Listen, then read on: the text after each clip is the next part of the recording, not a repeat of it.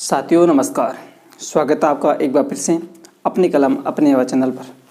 दोस्तों, रीट मनोविज्ञान के बारे में विशेष बात और विशेष आज से क्लास शुरू कर रही है। पहले बात को आराम से सुनिए। किस प्रकार से हमें अभी समय भी है, किस प्रकार से रीट में मनोविज्ञान की तैयारी करनी है। दोस्तों, अभी से हम शुरू भी कर रहे हैं। अब किस प्रकार से शुरू करें वो एक बार आराम से सुन लेना। दोस्तों, मनोविज्ञान में पहली बात तो ऐसे नहीं है कि हमने जो रटी हुई बातें हैं, स्वयं सिद्धांतिक बातें हैं वो आएगी और जो किताब में पढ़ी वो आएगी, वो बात नहीं है। कम से कम ज़्यादा से ज़्यादा मानिए 5 या 7 सवाल मानिए जो परिभाषाओं से संबंधित, वैज्ञानिकों के नाम, उनके सिद्धांत आदि आए, वो 5 या 7 सवाल मानिए। और जितने भी सवाल आएंगे वो आपकी समझ के आधार पर पूछेंगे। और वो सवाल हमें लगभग 22 सवाल लगभग मान कर चलिए, वो सवाल हम कब कर पाएंगे उसकी चर्चा हम आराम से कर रहे हैं। दोस्तों, शुरू करने से पहले वीडियो को लाइक कर देना, शेयर कर देना और चैनल पर आप नए हैं तो सब्सक्राइब करके बेल आइकन दबा लें, क्योंकि रीट के लिए है ये विशेष चैनल है। और दोस्तों, संस्कृत के लिए मैं खुद हमेशा क्लासें आपके निरंतर चल रही है। मैंने संस्कृत के विशेष रूप से आपको बता दिया है कि किस प्रकार से हमें संस्कृत की क्लासें, मैंने आपको बता दिया कि वो 20-25 मिनट का देखना है वीडियो और उसके बाद बुक से वो किस प्रकार तैयार करना है, उसकी बात भी हमने आराम से कर ली है। और दोस्तों, रोजाना अब अभी हमारा समाज चल रहा है, पीछे के सभी वीडियो अगर आपने नहीं देखे हैं, आप उस क्लास से जुड़ना चाहते हैं, ऊपर आई बटन में डिस्क्रिप्शन में पहले कमेंट में लिंक मिल जाएगा, वहाँ से जरूर देखें। हमने बात की मनोविज्ञान किस प्रकार सब्जेक्ट है। रटने वाला सब्जेक्ट नहीं है, समझने वाला सब्जेक्ट है। 5 या 7 सवाल आने वाले हैं जो आपके वैज्ञानिक के नाम, रटने वाली जो परिभाषाएं आदि है वो पूछेंगे। उनके अलावा जो 20, 22, 25, 23 सवाल हैं वो दोस्तों कब होंगे, जब आपको सबसे पहले वीडियो नहीं देखना उसका, आपको एक टॉपिक, आप पहला टॉपिक उठाइए, उस पहले टॉपिक को आराम से पढ़िए। उसके बाद में हम कौन सी क्लासेस शुरू कर रहे हैं, प्रश्न हम दिखाएंगे कौन से प्रश्न किस प्रकार से पूछते हैं। हर टॉपिक से आज से हम शुरू कर रहे हैं, हर टॉपिक से किस प्रकार से सवाल पूछते हैं, टॉपिक वाइज हम रोज लेंगे। आपको पहले टॉपिक पढ़ना है और उसके बाद वो प्रश्न समझने हैं, क्योंकि दोस्तों आपने टॉपिक पढ़ लिया तो जरूरी नहीं उस टॉपिक से सवाल वैसे के वैसे बन जाएंगे। आपकी किताब में सवाल दिए वो वैसे सवाल पूछ ले, नहीं, सेम टू सेम सवाल 5 या 7 सवाल आने वाले हैं जो रटने वाले हैं। सभी आप तब समझ पाएंगे जब आप एक टॉपिक के बाद वो सवालों को समझने की कोशिश करेंगे। आपकी किताब में चाहे हज़ारों सवाल दिए हुए हो, लेकिन अगर आप समझने की कोशिश करेंगे, अगर आप 5 सवाल आराम से समझ लिए, 10 सवाल ही अगर एक टॉपिक के आराम से समझ लिए, हर टॉपिक के 10-10 सवाल लेकर अगर आपने टॉपिक तैयार कर लिया, पहले टॉपिक पढ़ा और उसके बाद 10 टॉपिक आराम से समझ लिए, 10 प्रश्न आराम से समझ लिए हर टॉपिक के, तो मैं कह सकता हूँ अगर आपके उस प्रकार से प्रश्न आएंगे, ठीक है, आने तो उसी टॉपिक से हैं, लगभग वही तरीका रहेगा, घुमा देंगे थोड़ा सा, तो अगर वो प्रश्न सही से समझने के बाद अगर हम परीक्षा में बैठते हैं तो दोस्तों आप यकीन मानिए कोई से भी तरीके घुमा कर उस टॉपिक से कोई से भी प्रश्न पूछिए, आपके गलत नहीं होगा। जो रटने वाले हैं वो तो आपको पढ़ने ही पड़ेंगे, 2-3 बार रिवीजन करेंगे तो आराम से याद हो जाएंगे। उसके अलावा समझ के आधार पर जो प्रश्न है, ये वीडियो को देखने के बाद आपको गलत नहीं होगा। हम रोज़ हर टॉपिक वाइज चला रहे हैं, 5, 10 सवाल, 15 सवाल हर टॉपिक से उठाएंगे और आपको उपलब्ध करेंगे। और वो किस प्रकार से हम समझाएंगे, किस प्रकार से पूछते हैं, कैसे पूछते हैं। हमारे एक विशेष सर हैं, मनोविज्ञान के लिए बड़ी बड़ी कोचिंग में पढ़ा चुके हैं, लेकिन चयन होने के बाद उन्होंने कोई कोचिंग में नहीं पढ़े और वो अपनी सेवाएं ऑनलाइन माध्यम से आपको उपलब्ध कराना चाहते हैं। और उनका नाम है श्रीमान श्री राम जी बिडिया सर, उन्हें उर्फ कहते हैं अलबेला जी, अलबेला सर के नाम से जानते हैं। दोस्तों, वो आपको मोबाइल की स्क्रीन पर कुछ सवाल लेकर आएंगे रोज़ और उस टॉपिक वाइज आपको तैयार करवाएंगे। आपको सवाल देखने हैं और दोस्तों सवाल देखने से पहले आपको टॉपिक तैयार करना है और उसके बाद सवाल देखने हैं, ठीक है। तो मैं आशा करता हूँ आप रोज़ इस क्लास से जुड़ेंगे।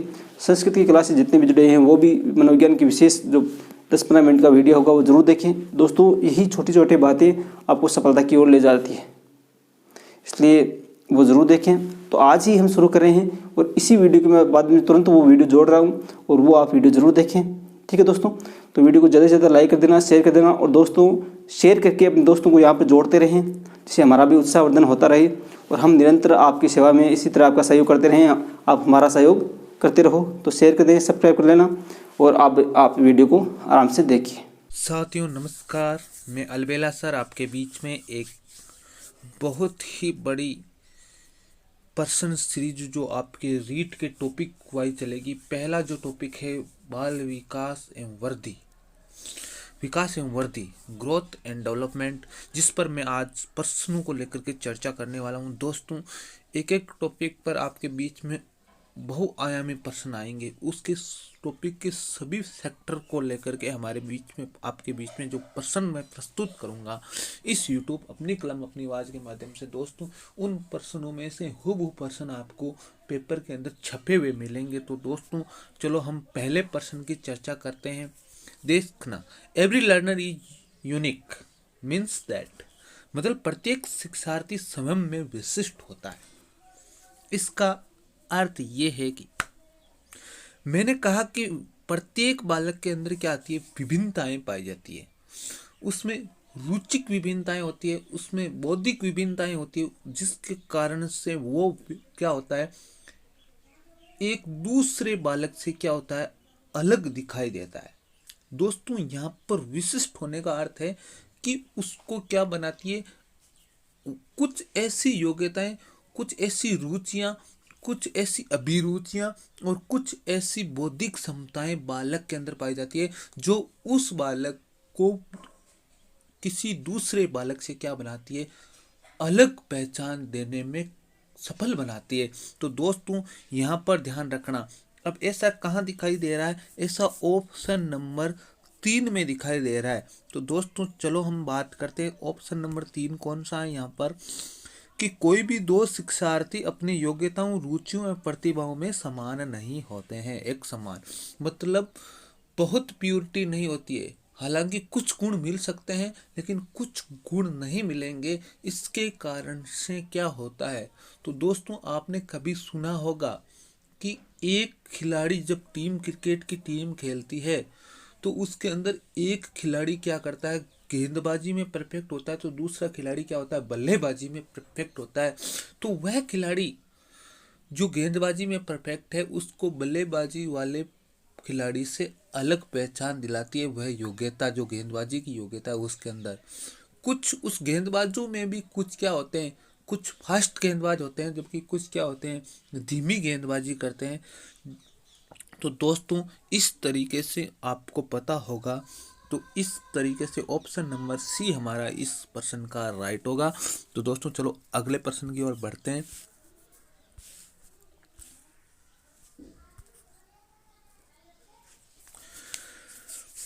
मानव विकास कुछ विशेष सिद्धांतों पर आधारित होता है। निम्नलिखित में से कौन सा मानव विकास का एक सिद्धांत नहीं है, मतलब प्रिंसिपल ऑफ डेवलपमेंट होते हैं। हमने पढ़े थे प्रिंसिपल ऑफ डेवलपमेंट। और जब भी आपको पढ़ने का मौका मिले कहीं से पर भी, तो आप मानव विकास के सिद्धांतों को अच्छी तरीके से पढ़ लेना।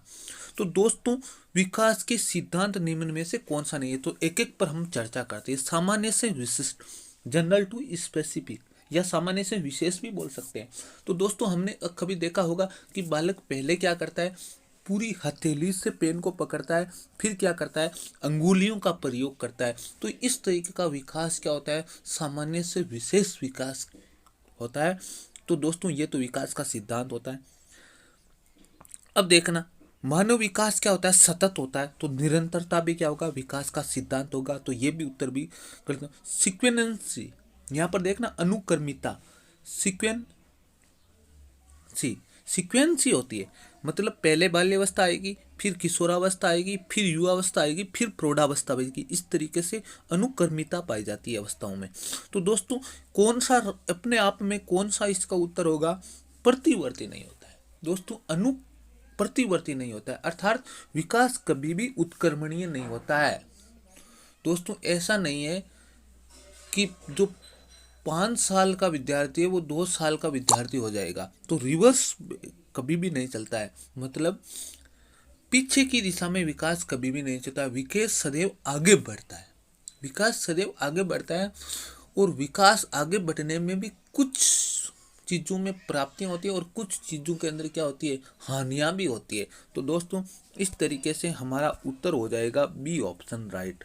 तो दोस्तों आपको पता होगा, आराम से समझ में आ गया होगा, रिवर्सिबिलिटी नहीं पाई जाती है, कभी भी बैक गियर नहीं लगता है विकास में। तो दोस्तों हाँ, हालांकि एक अवस्था में कुछ चीज़ों के अंदर क्या होगी, लाभ होंगे तो कुछ चीज़ों के अंदर क्या होगी, हानियाँ होगी। कुछ प्राप्तियाँ और कुछ हानियाँ विकास में चलती रहती है, लेकिन पूर्ण रूप से कभी भी क्या होता है, बैक गियर नहीं लगता है। तो दोस्तों अनुक्रमिता का मतलब हो गया, आपको समझ में आ गया कि विकास एक निश्चित अवस्थाओं से होकर के आगे बढ़ता है और निरंतर आगे बढ़ता रहता है। निरंतरता का मतलब कभी भी रुकता नहीं है। हालांकि गति के अंदर क्या हो जाती है, व्यक्ति या अवस्थिक विभिन्नता पाई जाती है और विभिन्न अवस्थाओं के अंदर और विभिन्न व्यक्तियों में अलग अलग विकास की गति हो सकती है दोस्तों। और सामान्य से विशिष्ट का मतलब भी आपको समझ में आ गया दोस्तों। तो चलो अगले प्रश्न की ओर हम बढ़ते हैं। आनुवंशिकता को एक सामाजिक संरचना माना गया है दोस्तों, बहुत ही इंपॉर्टेंट। व्यक्ति के व्यक्तित्व या विकास निर्धारण में दो बिंदु होते हैं, हमने चर्चा की थी। एक होता है नेचर और दूसरा होता है नर्चर। नेचर जिसे हम आनुवंशिकता, प्रकृति, जैव विकास के नाम से भी जानते हैं, और दूसरा नर्चर जिसको पालन पोषण, वातावरण आदि नामों से भी जाना जाता है। तो दोस्तों हमने कहा था कि इन दोनों में से कौन सा महत्वपूर्ण है ये हम नहीं कह सकते, ये दोनों आपस में जटिल रूप से अंतर संबंधित है। क्योंकि जो डी होता है वो क्या होता है, जेनेटिक और एनवायरमेंटल का जटिल गुणज होता है। तो हम इसमें से किसी को भी प्राथमिक और सेकेंडरी नहीं कह सकते। कौन सा अधिक महत्वपूर्ण है और कौन सा कम महत्वपूर्ण है ये तो हम कह ही नहीं सकते। इसलिए ये दोनों तो पहले ही क्या हो गए, गलत हो गए दोस्तों। पहले ही क्या हो गए, गौण वाला भी गलत हो गया, प्राथमिक वाला भी गलत हो गया। अब दोस्तों रहा डायनेमिक्स और स्टैटिक्स। कौन से गुण स्थिर होते हैं, अर्थात वातावरण से प्राप्त गुण स्थिर होते हैं या आनुवंशिकता से प्राप्त गुण स्थिर होते हैं। अब देखना, कभी हम कहते हैं कि ये तो इसकी आंखें तो सदैव लाल ही रहती है, आंखों का रंग क्या बदलता है क्या? क्या जीन बदलते हैं क्या? अरे भाई माता पिता बदले थोड़े जा सकते हैं। जिन यमज से संतान जन्म लेता है उसके जीन सदैव क्या रहते हैं, बदलते नहीं है। अर्थात जीन सदैव बने रहते हैं मनुष्य शरीर में, लेकिन वातावरण को हम क्या कर सकते हैं, बदल सकते हैं। इसलिए आनुवंशिकता को क्या माना जाता है, स्थिर सामाजिक संरचना माना जाता है। जबकि यहाँ पर यदि आपके शब्द आ जाता वातावरण, तो कौन सा होता, गत्यात्मक। वातावरण एक गत्यात्मक सामाजिक संरचना है, क्योंकि वातावरण को बदला जा सकता है। कि मैंने रंग नीत तो लक्षण तो आवे ही है, तो रंग निर्धारित होता आनुवंशिकता से। तो हम कहते हैं ना कभी कि रंग नहीं तो लक्षण या गुण तो आते ही हैं। गुण का मतलब क्या होता है, गुण वातावरण को कह रहे हैं, और रंग मतलब आनुवंशिकता। मतलब कि आनुवंशिकता एक स्थिर संरचना है, जबकि वातावरण क्या होता है, चेंज होता रहता है, चेंज होता रहता है। तो दोस्तों वातावरण एक गत्यात्मक संरचना है, जबकि आनुवंशिकता एक क्या है, स्थिर संकल्पना है, कॉन्सेप्ट है। तो दोस्तों इस तथ्य को इम्पोर्टेंट रूप से आप ध्यान रखना। मैं अलबेला सर आपके बीच में ऐसे ऑथेंटिक पर्सन जो वास्तव में रीड के लिए बहुत ही महत्वपूर्ण साबित होंगे। दोस्तों अगले प्रश्न की ओर बढ़ते हैं। निम्नलिखित में से कौन सा विकास का सिद्धांत है, यहां कर रहा है।